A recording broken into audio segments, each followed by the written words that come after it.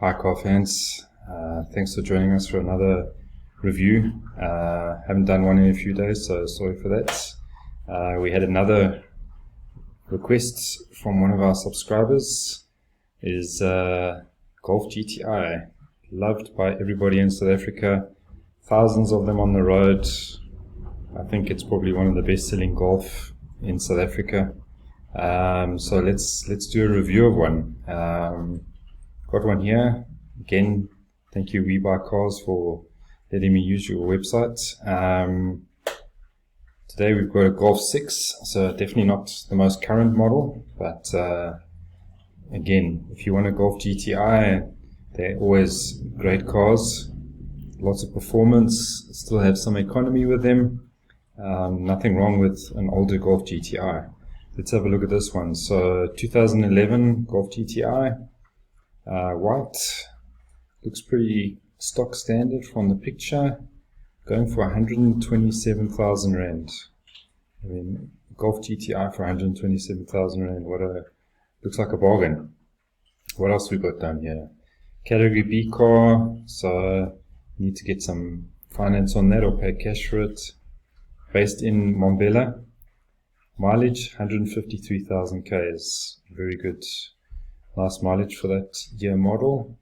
It's got spare keys, love it when they have spare keys, makes life a lot easier. Partial service history, pretty much standard stuff. 6 gears, manual. Some may argue that GTI should always be manual, but that's a personal preference. 55 litre tank, fuel consumption 7.3 litres per 100 if you drive it nicely. Alright, let's have a look at some of these pictures that we've got here. Like we said, white, it looks pretty neat, can't see any major scratches or anything like that. Just from this angle, it's got the standard GTI rims, which I always like it to have standard stuff. Interior, got the black interior, looks like standard radio that came with the car. Looks pretty neat and tidy from the picture there. Instrument cluster, temperature gauge setting halfway up, which is great. Idling just below 1000 revs. Instrument display here with odometer and that all looks pretty neat. We see the mileage here says almost 155,000, not 153. I guess there's not much difference. It is a little bit low on the petrol, but I can see this one warning light here. That just looks like possibly a bulb or something that's gone, I'm assuming. Front looks pretty neat. Normally with these, if you have a scratch on the bumper, you're going to see it quite easily. We do see this headlight though, this left headlight. Looks like there's some water inside that headlight, so yeah, could be a new headlight needed on this car. Wing mirrors look neat, looks pretty neat. From this angle, there we've got some scratches. Like I said, if you white bumper, normally it's black underneath or dark color, you're going to see some scratches. So low car at the front, you might get a scratch or two on it. Standard rims, got the black beasting aerial at the back there, looks pretty neat. Side on view, looking nice. Rims are dirty, car looks in really reasonable condition. Rear of the car, nice and neat and tidy. Tail lights look good. Twin exhaust out the back that we see on the Golf 6. Yeah, looks pretty good. On the left hand side, fairly neat. Maybe a slight gap in the bumper next to the headlight, so what that might be, we're not sure.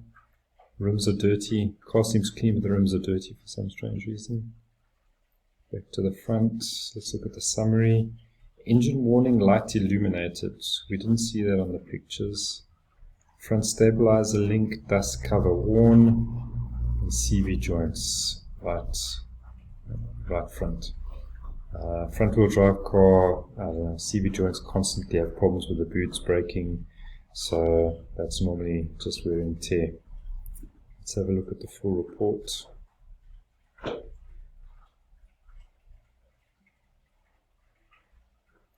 Okay. Got the typical information showing here.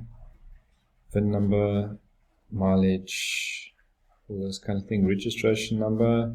Looks like it's from Limpopo. That's what's in Marbella. Interior is very good. Seats are average, so there's some wear on the seats. Same with the interior trim, roof lining, carpet, dashboard. Okay, cluster without defects, but there's some major signs of wear. So what that is, we couldn't see in the photos. Heating, ventilation good. Deficiencies on control units and or instrument cluster. Air conditioning poor. So looks like we've got an issue with the aircon. Electric windows are good. Rims are good. Everything else looks good. Okay, there's some several scratches or dents in the car. Paint finish. Minor paint damage on the primer. Windows, stone chips. We have to remember this car is, what, 12 years old now? So definitely some body stuff that we can sort out. Engine oil, very good. Engine without visible oil leaks. Gearbox without visible oil leaks, so that's all great. Atypical noises on engine, gearbox, transmission, axles detected. So what that could be, maybe the CV joint, maybe that's making a noise. Minor defects on engine, the function is not impaired. That's probably that dust cover that needs replacing. Undercarriage with major impact or corrosion. Let's hope they have some photos of that. Axle suspension damage that affects safety, so we need to check that out. Braking left and front, left and right. Both very, very similar. Rear pretty close, and the handbrake looks pretty close. So brakes look okay.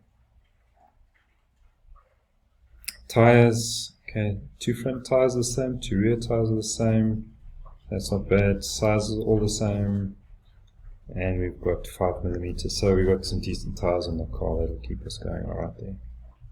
Ambient air temperature sensor circuit and turbocharger under boosting. Okay, so this is what we're concerned about. The air temperature sensor, I'm sure that's not too much of an issue. The turbocharging, need to understand what's causing that. There's a standard undercarriage catalytic converter removed, so that's interesting. Paint rectification on some panels, so could have been some work on the panels there. So the engine warning light illuminated, that could very much be because of this catalytic converter being removed. If it's getting an error, but it's expecting a signal and it's not getting the signal from the sensor, and catalytic converter has been removed, then there's definitely going to be an issue. There's a picture of the engine warning light. Diagnostic reports, again, they're always so small you can't even read what that says, so it's almost of no value to us. Got the stock number, spare wheel, there's no spare wheel, so that's something to look out for. It means buying a spare wheel, so there's extra cost there. No license disc. Interesting. Dipstick and oil cap. Okay, well that picture's not great. You can't see much from there. Expansion bottle. Looks pretty clean, but we're not seeing the level of the water. Maybe at the bottom here, but we can't see it. So we need to understand why there's not so much water in there. Here's this, they call it a cat fooler fitted. So it's catalytic converter would be there in the exhaust. This is the thing that tries to make the emissions be within standards, but normally it compromises performance. So the guys like to take it out for the improved performance, but that could be something to look at, and possibly a likelihood of what's causing the engine light to be on. Here's the front right stabilizer link. I think this is what they're talking about. Needs dust cover. And we've got a front on picture. Inside lights are working fine there. There's confirmation of the number plates, definitely Limpopo car. Okay, we've got some fog lamps that are working there. See, in this picture we see the engine lights. We didn't see that in the previous main pictures. Okay, can't really see properly. Maybe this, wonder if this fog light on this side is working or not. Definitely see the difference in the color of the headlights. Again, issue with that, with the water in there. Tire tread depths, we know we're okay. Rear of the vehicle, you can see it looks pretty dry, dusty, but that's typical of what you expect to see under your car. Engine bay, not much that you can see from here. Underneath the vehicle, can't really see if there's oil leaks there. They don't talk about oil leaks. Looks fairly clean there. Again, under the car, the exhaust, can't see any signs of liquid leaking or anything. And then we've got the CV joint, CV boot is damaged, so need that checking out. Might need a recon CV joint or a new one. Boot replacement might be too late for that. But overall, if you're looking for a Golf GTI, this might be the one for you. Looks in good condition, a little bit of money to spend on it, but considering the purchase price of $127,000, looks like a good deal. So guys, keep those revs up if you're having fun. Keep them down if you want to save on fuel.